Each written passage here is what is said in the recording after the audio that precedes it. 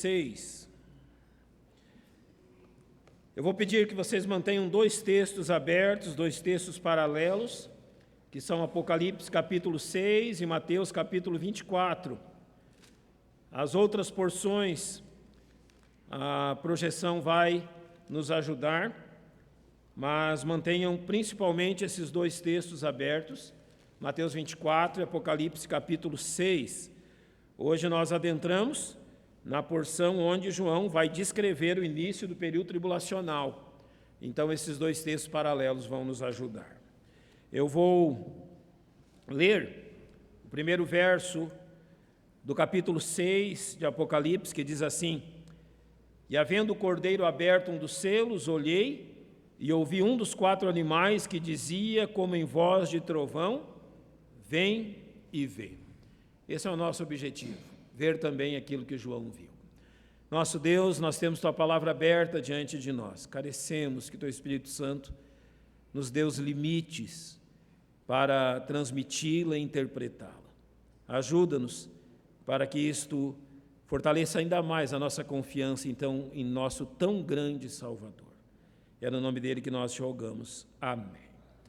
Depois de passar pelos capítulos 4 e 5 do livro de Apocalipse, irmãos, onde no capítulo 4 João apresenta o trono de Deus, e no capítulo 5 ele apresenta aquele que está diante do trono, o Cordeiro, Jesus Cristo.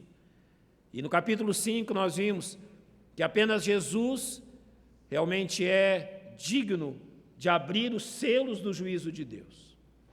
Notem que o anjo forte, ele lança um desafio. Quem é digno? Ele lança o desafio aos céus, à terra, ao inferno, e ninguém responde se é digno disto. Até que um dos anciãos, um dos representantes da igreja diz: eu sei alguém que é digno. E ele então aponta: Jesus Cristo é digno de abrir estes selos e de realmente derramar sobre a terra aquilo que eles estão dizendo. E nem Satanás, nem os demônios, nem os anjos caídos, absolutamente ninguém poderá impedi-lo de fazer isso. Somente Jesus Cristo pode. Então, agora no capítulo 6, nós temos o início da narrativa em si do período tribulacional. Ou seja, o que vai acontecer quando a igreja for arrebatada? Qual será a sequência de acontecimentos nesse mundo quando realmente a igreja já não estiver aqui? Nós temos que ter em mente aquilo que estudamos anteriormente, que no período tribulacional Deus tem um triplo objetivo: restaurar a nação de Israel, a comunhão com Ele. Ele vai converter a nação de Israel. Você lembra bem daquilo que Ezequiel, capítulo 37, ensina sobre o vale de ossos secos. Aquela nação era um vale de ossos secos. Quando a Babilônia chegou ali, arrasou tudo. Nos últimos 2000 anos, Deus tem reconstruído Israel. Hoje, Israel é como aqueles ossos, agora com carne, com músculos, com nervos, mas não tem espírito. Apenas o corpo, sem espírito, está morto. Para que serve a tribulação? No período tribulacional, Deus vai converter a nação novamente a Ele. No período tribulacional, Deus vai julgar as nações gentias. Você pensa que o mundo hoje faz o que bem entender? Realmente Deus está permitindo que eles deem vazão ao seu pecado, mas no tempo da tribulação Deus vai julgá-los severamente. Você também olha e vê hoje uma religiosidade cada vez mais hipócrita, déspota, cada vez realmente mais longe do Evangelho. Você está olhando para as igrejas e está vendo realmente todo tipo de heresia, aquilo que Deus não diz, aquilo que Deus não aceita. Estamos realmente retornando ao tempo onde a humanidade curvava-se diante dos demônios, pois Deus na tribulação vai julgar a igreja apóstata, esta igreja que não pertence a Ele. Como serão esses julgamentos? João vai dividir isso em 3 fases, em 3 séries. São 7 selos, 7 trombetas e 7 taças. Esses julgamentos, eles, conforme vão acontecendo, eles aumentam em severidade de uma série para outra.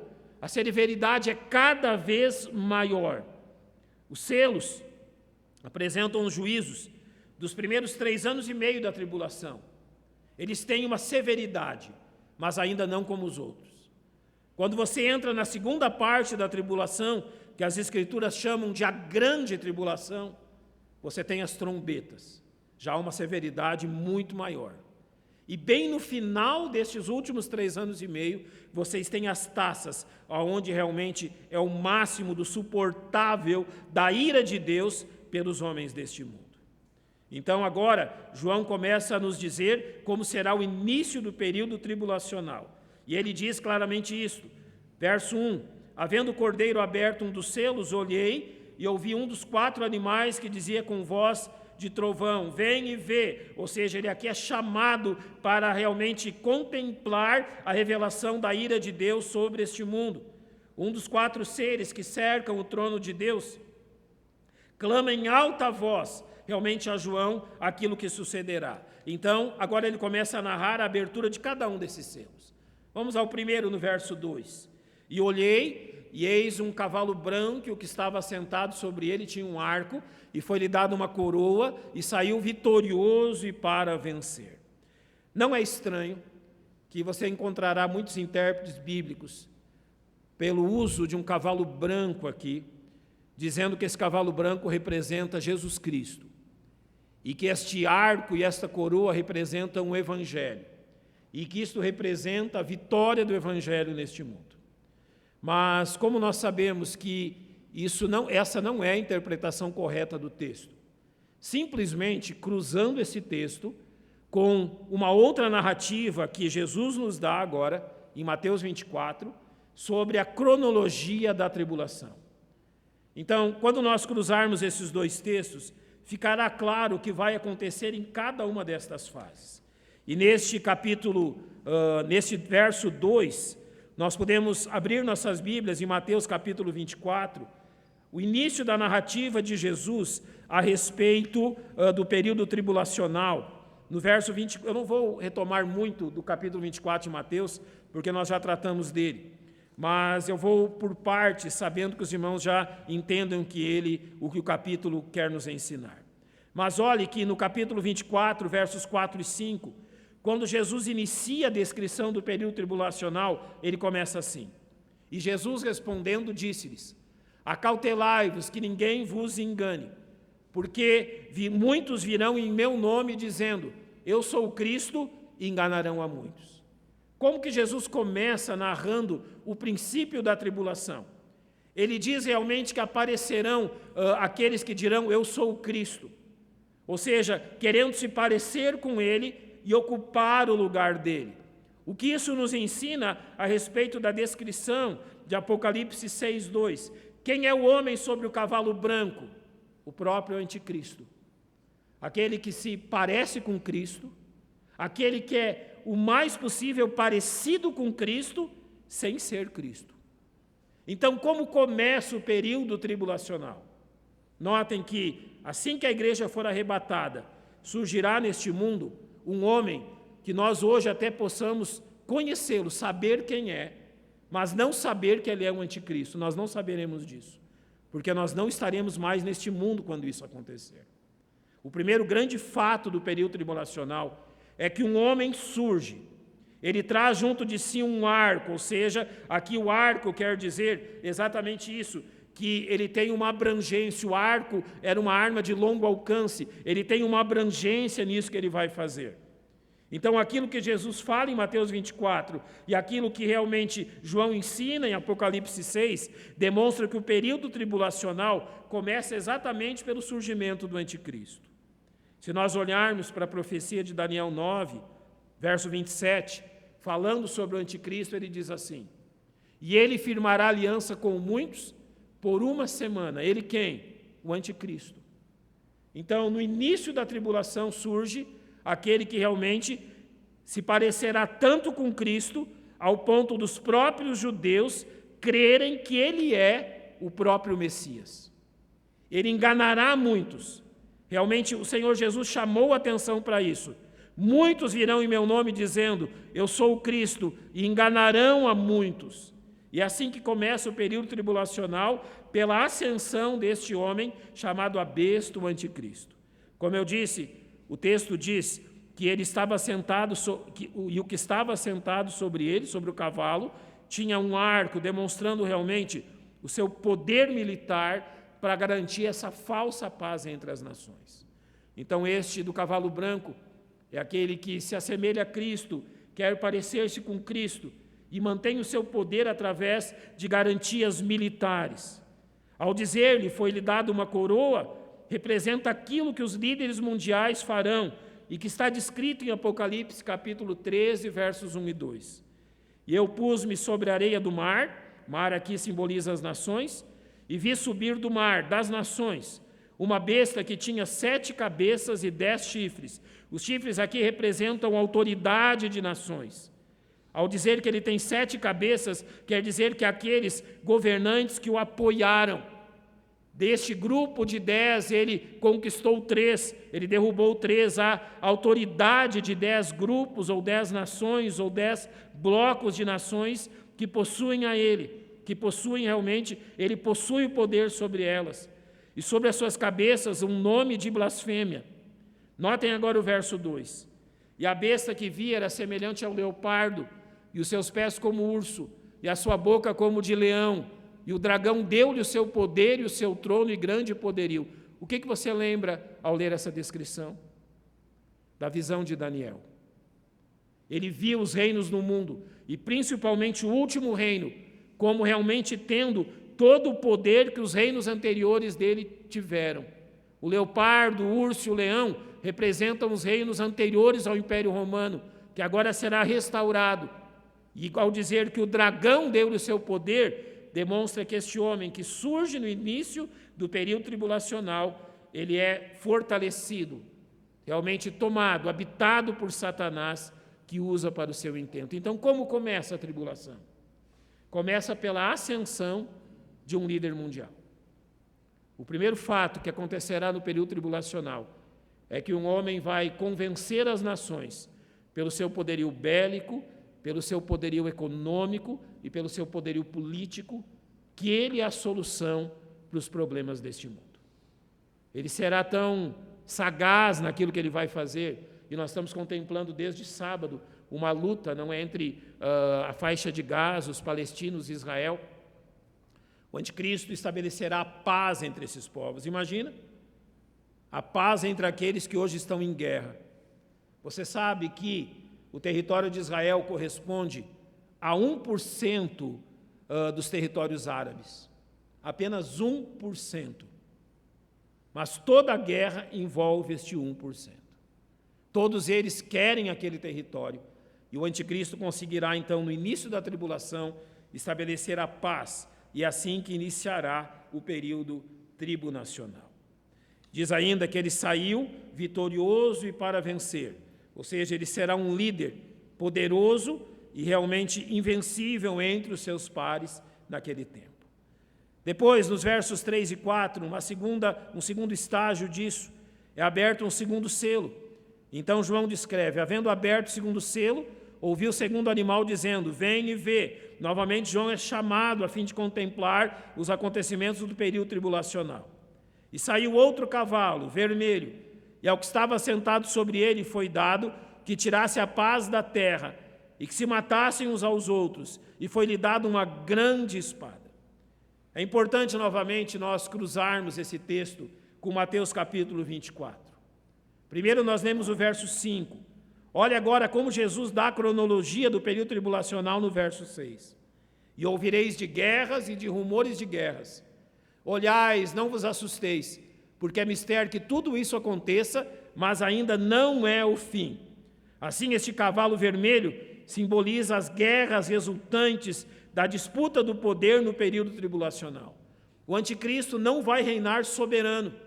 Haverão nações e reinos que procurarão destruí-lo e tomar o poder dele. E isso gerará, logo no início da tribulação, guerras entre as nações. Essas guerras, porém, não serão suficientes para determinar o fim do período tribulacional. São apenas as manobras iniciais que, no final, conduzirão, então, o mundo ao caos. Então, quais são os passos da cronologia? O surgir de um líder mundial, a guerra como resultado da disputa pelo poder, e nos versos 5 e 6 de Apocalipse 6, João continua narrando, demonstrando o que acontece logo depois disso pela abertura do terceiro selo. E havendo aberto o terceiro selo, ouvi dizer o terceiro animal, vem e vê. Novamente ele chama João a contemplar os acontecimentos. Então ele diz, e olhei, e eis que um cavalo preto. No texto paralelo de Mateus 24, Jesus aponta para as consequências disso que ocorre nesse período. Olha o verso 7. Porque se levantará nação contra nação e reino contra reino, e haverá o quê? Fomes. Agora, este cavalo preto simboliza aquilo que Jesus estabelece aqui. A guerra entre as nações produzirá uma extensa fome no período tribulacional. Começa pela ascensão de um líder, pela disputa do poder, e sempre que há guerras, e você está contemplando isso agora, na guerra entre Israel e os árabes, a consequência primeira da guerra sempre é a fome. E ela atingirá grande parte da humanidade. Notem como esse fato é descrito. E o que sobre ele estava sentado tinha uma balança em sua mão. Olha, uma balança que cabe na mão. Sabe por que isso? Porque o alimento é tão pouco que ele não precisa mais do que uma balança de mão para pesar o pouco alimento que haverá naquele tempo. E ele vai além na sua descrição. E ouvi uma voz no meio dos 4 animais que dizia, uma medida de trigo por 1 dinheiro e 3 medidas de cevada por 1 dinheiro. 1 dinheiro quer dizer um dia de trabalho. Sabe quanto é uma medida de trigo? 450 gramas. Você já pensou na sua mente aí quantos pães é possível fazer com 450 gramas? São 7 pães franceses. Esse pãozinho que a gente compra de padaria. Mas ele vai além. 3 medidas de cevada por 1 dinheiro.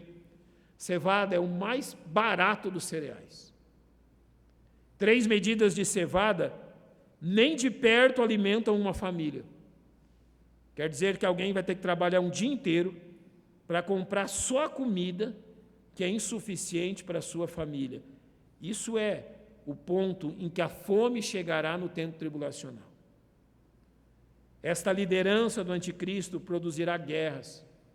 E essas guerras produzirão fome, mas não acabarão com o mal que nós vemos neste mundo. João diz, e não danifiques o azeite e o vinho. Sabe o que significa isso? No tempo de João, um dos imperadores havia taxado o azeite e o vinho com motivos comerciais. Azeite e vinho eram as relíquias, os alimentos das famílias mais ricas. O que João está nos revelando aqui é que em meio à fome do período tribulacional, haverá uma elite, um grupo de pessoas no mundo que vai continuar vivendo esplêndida e regaladamente, como diz a palavra de Deus.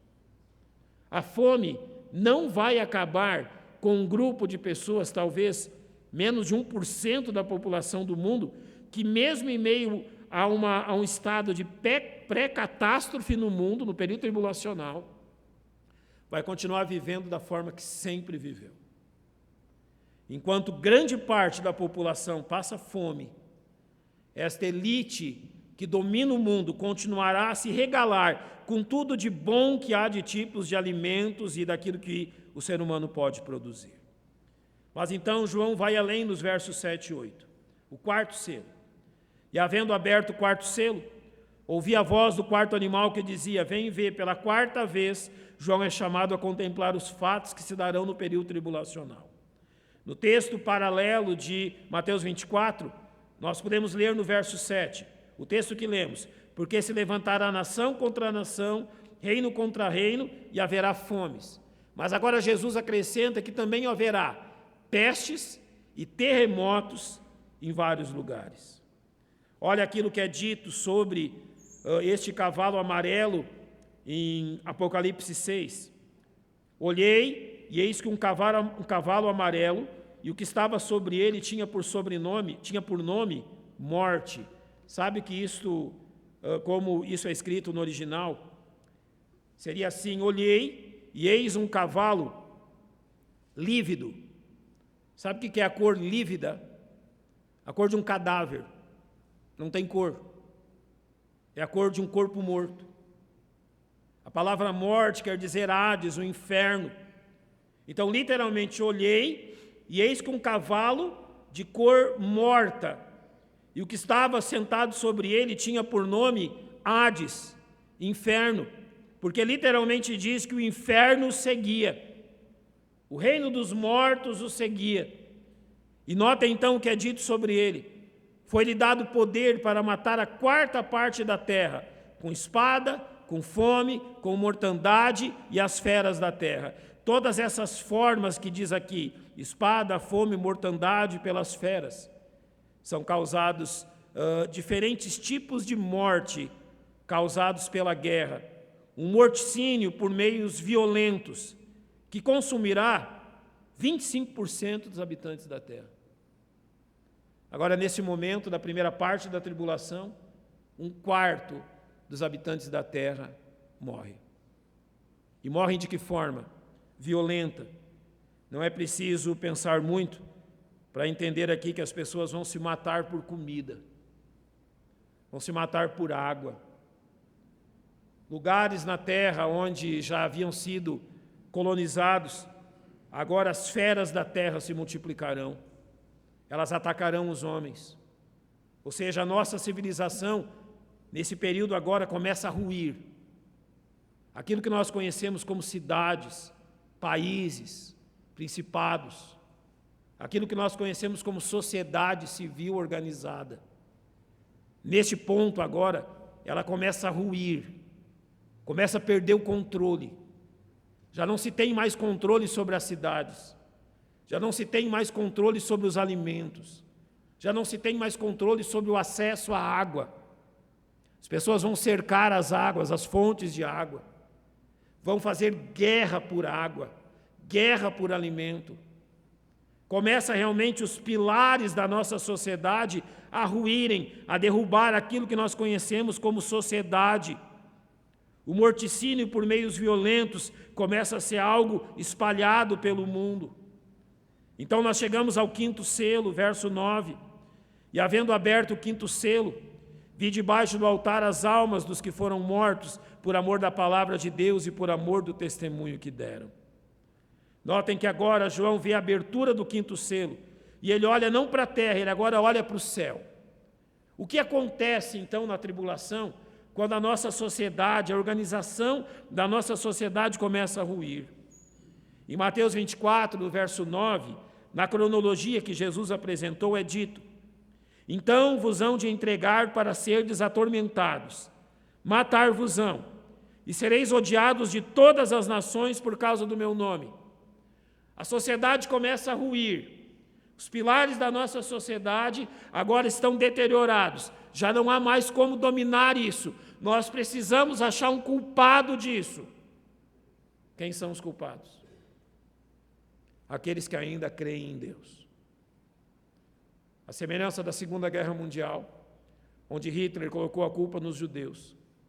Agora o anticristo colocará a culpa naqueles que ainda esperam Cristo. Eles aguardam o rei. E agora então ele vai começar a eliminar essas pessoas. O caos está tomando conta. Ele precisa ter uma atitude para demonstrar o seu poder. E ele escolhe exatamente essas pessoas que não aceitaram a marca da besta, que não se rendem a ele, e agora ele os culpa por isso, e ele começa a eliminá-los da sociedade. Aonde eles são vistos? João diz: vi debaixo do altar as almas dos que foram mortos por amor da palavra de Deus e por amor do testemunho que deram.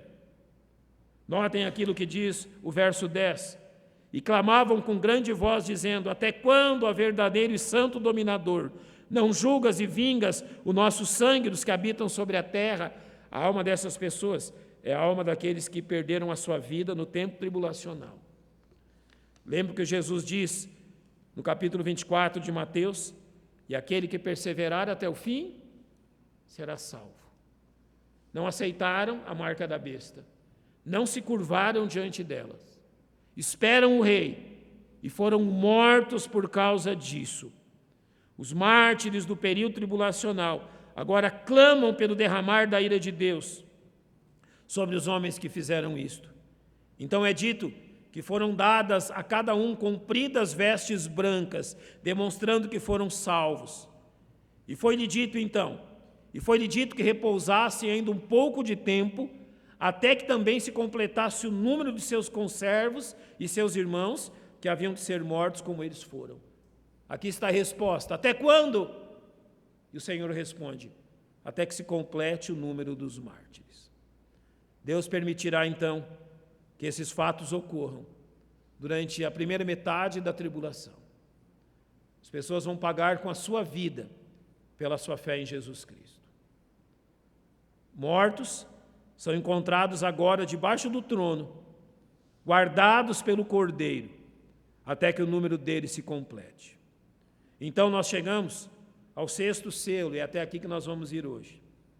E havendo aberto o sexto selo, olhei, e eis que houve um grande tremor de terra, e o sol tornou-se negro como saco de cilício, e a lua tornou-se como sangue. As estrelas do céu caíram sobre a terra, como quando a figueira lança de si os seus figos verdes, abaladas por um vento forte. O céu retirou-se como um livro que se enrola, e todos os montes e ilhas foram removidos dos seus lugares.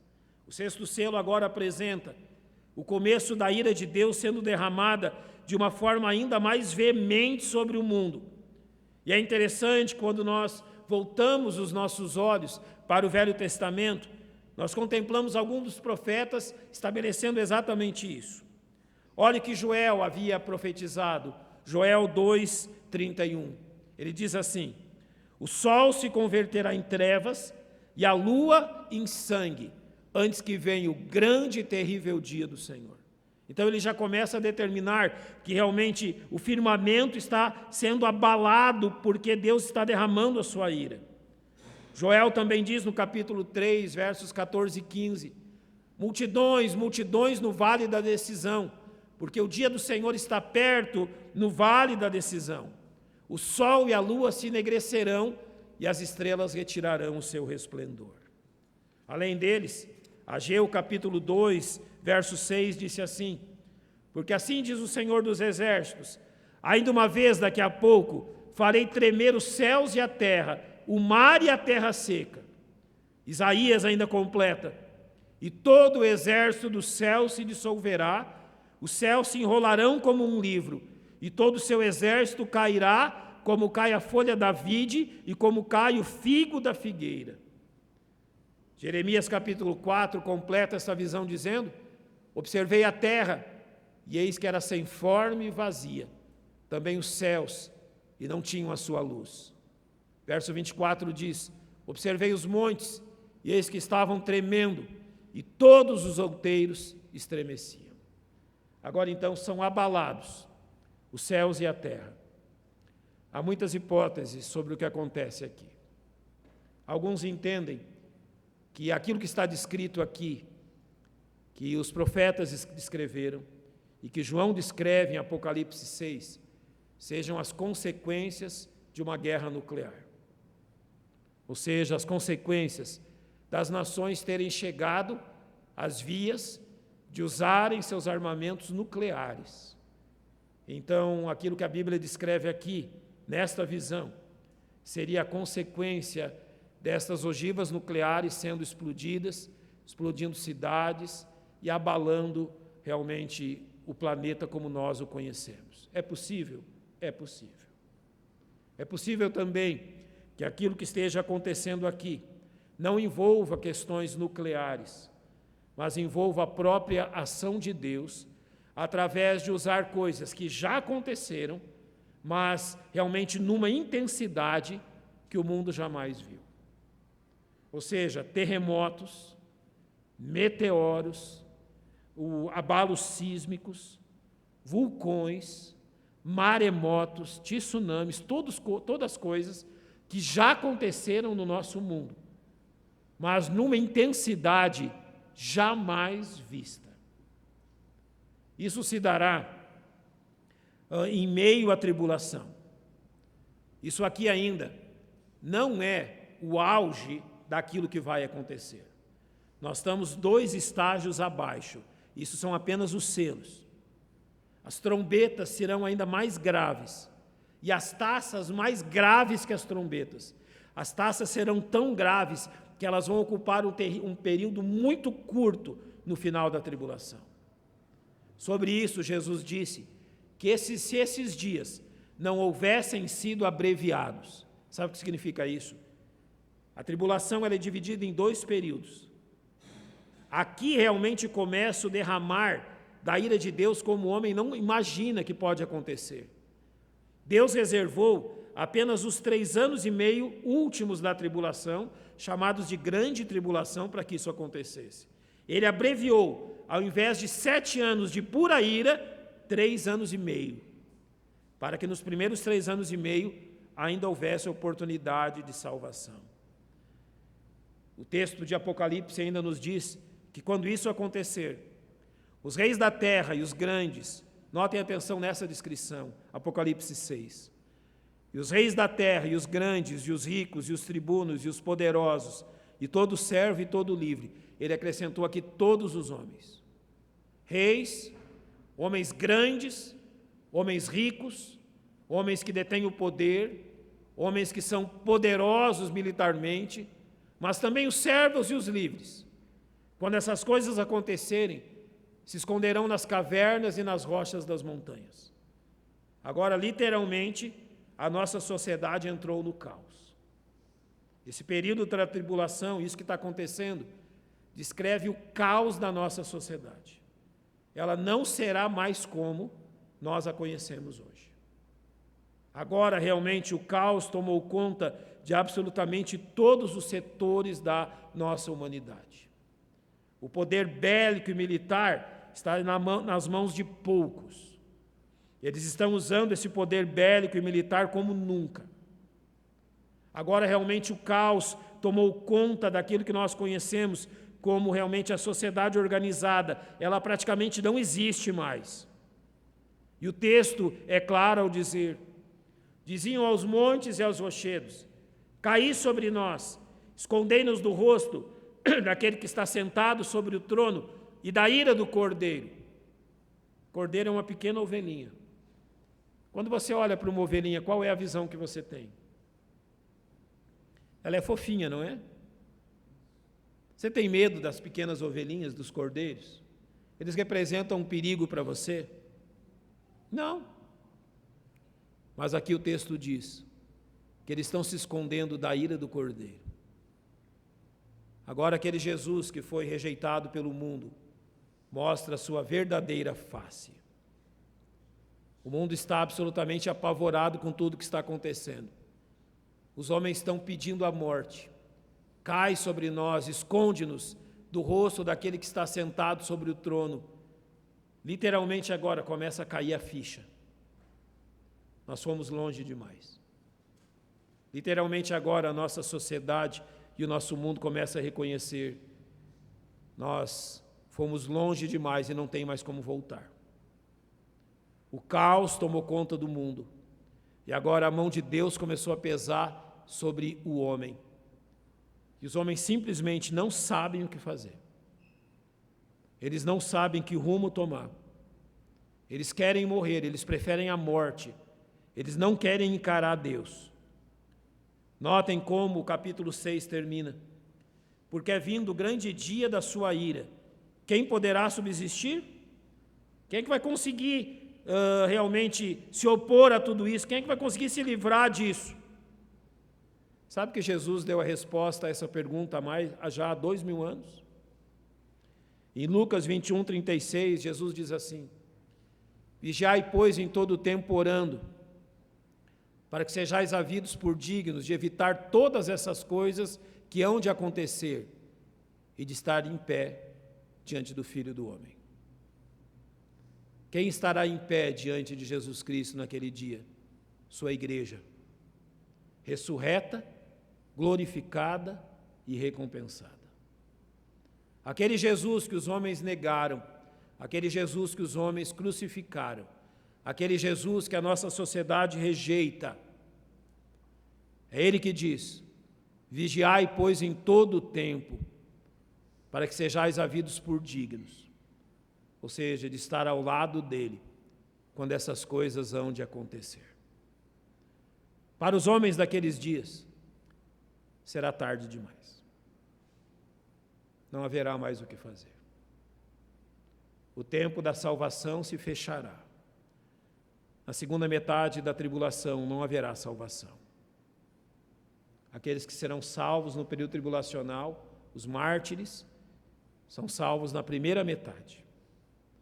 Agora, quando as trombetas começarem a derramar sua ira, a ira de Deus através dessas trombetas sendo tocadas, Deus agora entra numa intensidade de ira que vai se avolumar até o final da tribulação. Quando Jesus, em Mateus 24, diz: então, quando ele vier do Oriente, todo olho o verá, e este mundo então vai contemplar Jesus Cristo em toda a sua glória e a igreja com ele. Mas para os homens daqueles dias, não haverá mais o que fazer. Chegou o dia da ira, e esse mundo que zomba de Deus, e esse mundo que rejeita Deus, e esse mundo que escarnece de Deus, vai lembrar de tudo isso. E tudo isso que esse mundo prega hoje, e que valoriza tanto hoje, não vai valer absolutamente mais nada. Você poderá ter toda a riqueza, você poderá ter todo o poder, nada disso mais existe. Só caos. Quer saber o pior? E ainda faltam 3 anos e meio para o fim. Eles nem imaginam o que vai vir ainda. E é por isso que Jesus diz: vigiai, pois, em todo o tempo. Ou seja, Jesus está chamando a atenção dos seus discípulos, mas também está falando ao povo do seu tempo: olha, abram os olhos. Essas coisas vão acontecer muito em breve. Onde você estará quando essas coisas acontecerem? Se você tem rejeitado Cristo hoje, essas coisas serão lançadas sobre você nesse tempo. Já vi pessoas dizendo: olha, então que bom que haverá salvação durante a primeira metade da tribulação. Se acaso não der tempo de eu me converter agora, eu me converto naquele tempo. Olha que tolice, que loucura. A loucura da mente de um homem. Não passa na mente deles quão horrível será tudo isso. Por isso a Bíblia nos diz que só há uma questão a ser feita: nos refugiarmos no sangue de Jesus Cristo. Crermos nele enquanto ainda há oportunidade. Pensemos o seguinte: se Jesus Cristo vier nesta noite, estes 6 selos se cumprirão nos 3 anos e meio primeiros da tribulação. O que são 3 anos e meio? 42 meses, 1.200 e tantos dias. São nada. E quando acontecer tudo isso, ainda haverão mais 42 meses de coisas cada vez piores. Isso passa. Por isso que a igreja deve aproveitar o tempo que tem para pregar o Evangelho. Você deve aproveitar o tempo que tem para testemunhar aos seus filhos, aqueles que você ama, de Jesus Cristo. Porque quando esse tempo chegar, as portas então se fecharão. Aquilo que foi feito. E aquilo que não fizemos, nunca mais faremos. Estejamos atentos, irmãos, a tudo isso. Nosso Deus e nosso Pai, nós te agradecemos pelo estudo da Tua palavra hoje. Rogamos